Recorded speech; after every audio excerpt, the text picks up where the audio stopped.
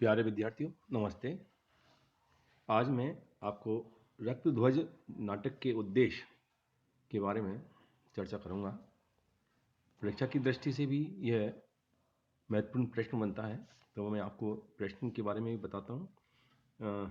Doctor Rajendra Mohan Bhatnagar द्वारा रचित रक्तध्वज नाटक की मूल संवेदना को स्पष्ट करते हुए रक्तध्वज के उद्देश्य को स्पष्ट कीजिए।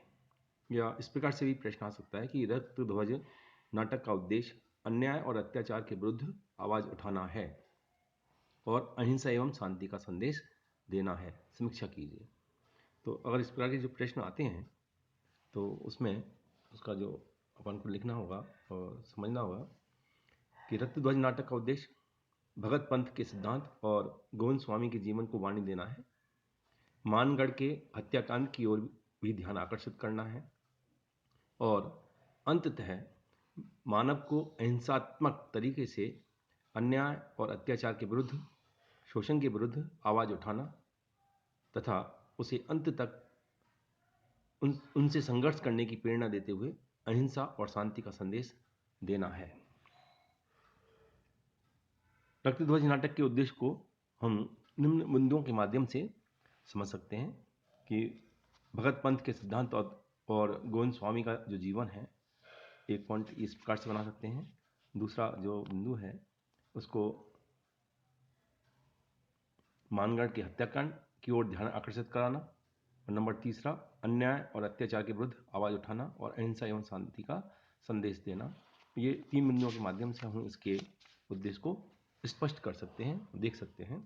तो भगत पंथ के सिद्धांत और गोविंद स्वामी का जो जीवन है उसके अंदर नाटकों के प्रारंभ में यह नाटक शीर्षक के रूप में लेखक ने गोविंद स्वामी के विभिन्न सुधारों का और उनके द्वारा लाई गई चेतना का उल्लेख किया है। रक्तध्वज नाटक से गोविंद स्वामी के जीवन, उनके द्वारा लाई गई जनजागृति और अंततः उनको अंग्रेजों द्वारा सुनाई गई फांसी की सजा का वर्णन किया गया है, जिससे स्पष्ट है कि नाटक का उद्देश्य गोविंद स्वामी द्वारा चलाए गए भगत पंथ संप सभा सिद्धांतों और उद्देश्यों का वर्णन करना और गोविंद स्वामी के द्वारा किए गए सुधारों का प्रकाश में लाना है।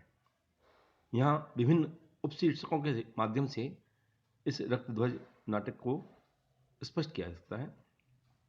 भगत पंथ और गोविंद स्वामी। भगत पंथ का प्रवर्तन करने वाले गोविंद स्वामी थे।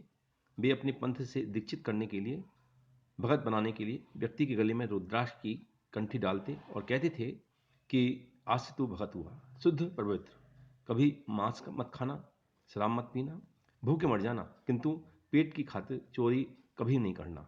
इस प्रकार वे जनचेतना को जागृत कर आदिवासियों को उच्च जाति के व्यक्तियों के समान उठने के लिए प्रेरित करने लगे थे। उनके अनुयायी दूर दूर तक हो गए थे।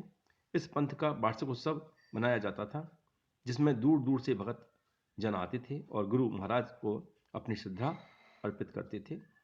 दूसरा जो बिंदु है गोविंद स्वामी द्वारा किए गए जो सुधार हैं, कि गोविंद स्वामी ने आदिवासी भीलों को संदेश दिया कि हम सम्मान से औरों की तरह रहें, मिलकर रहें, जंगल में पशुओं की तरह क्यों रहें। इस प्रकार उन्हें भगत पंथ में दीक्षित किया तथा सम्मानपूर्वक जीने के लिए प्रेरित किया। तीसरा बिंदु बेगार, जो बेगार को बंद करने की बात है कि उच्च वर्ण द्वारा और राजा महाराजाओं महारावल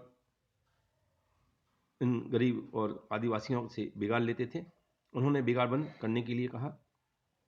उन्होंने इसके लिए अहिंसात्मक तरीके अपनाने के लिए कहा।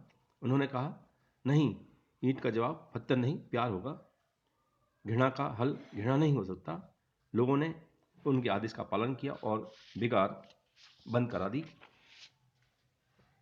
छुआछूत जो एक अभिशाप था उसको भी उन्होंने बंद कराने का प्रयास किया। धर्म परिवर्तन पर रोक लगाई और जिन्होंने धर्म परिवर्तन कर लिया था उन्हें पुनः अपने धर्म में वापस लिया। स्वदेशी का प्रचार किया और विदेशी जो वस्तु हैं उनका बहिष्कार कर दिया। उनकी होली जलाई, संप सभा की स्थापना की और यह इसी का परिणाम थी कि संप का अर्थ प्रेम, बंधुत्व और संगठन। यह सभा जीने का अर्थ समझाती थी, अन्याय और अत्याचार के विरुद्ध न्याय और प्रेम की पक्षधर थी। घर घर हवन होना, गोविंद स्वामी के गीत गाए जाना आदि संप सभा के नित्य कर्म थे। शिक्षा का प्रचार गोविंद स्वामी के द्वारा एक मूल बात थी। नारी की शिक्षा के प्रति भी ये सजग थे और आज़ादी का बोध इन्होंने आदिवासियों को कराया। शिक्षा के प्रचार से लोगों को आज़ादी का बोध हुआ। द्वितीया की माँ एक जगह कहती है कि गोविंद स्वामी हम भी लोगों का मुकुट ताज हैं, भगवान हैं। उसके आदर सम्मान से ही अपने बेड़े का नाम ऊंचा हुआ है। उसने यहाँ 2 पाठशालाएँ खुलवाई हैं। आज कुछ बच्चे पढ़ रहे हैं। सुना है कि पढ़ना ही वह ताबीज़ है जिससे आज़ादी की हवा का एहसास होता है और दुख दरिद्र दूर हो जाते हैं। द्वितीया की पत्नी सावंती कहती है कि माँ ठीक कह रही है द्वितीया, मैं भी पढ़ने जाती हूँ। अब तो कुछ बाँचना भी आ गया है। पढ़ा है अपनी आज़ादी के लिए युद्ध करना मनुष्य का जन्मसिद्ध अधिकार है। स्वराज का संदेश देना और स्वराज के काम में जुट जाना, यही इन आदिवासियों का एक लक्ष्य रहा। और अंतिम जो बिंदु है, अहिंसा के पुजारी थे और शांति के अग्रदूत और भगत पंथ के प्रवर्तक के रूप में भी इन आदिवासियों को समझाया गया। गोविंद स्वामी अहिंसा के पुजारी थे। वे हिंसा के समस्याओं का हल होना संभव नहीं मानते थे। उससे तो वे मानते थे कि समस्याएं बढ़ती हैं।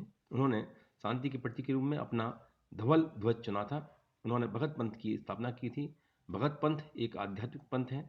दौलत सिंह कहता है कि भीलों की एकजुट करना, उन्हें आज़ादी का पाठ पढ़ाना, लगान देने से रोकना आदि आदि भगत पंथ के आध्यात्मिक सिद्धांत रहे हैं। इस प्रकार प्रस्तुत नाटक का उद्देश्य गोविंद स्वामी के जीवन और उसके कार्यों को संपादित करना है।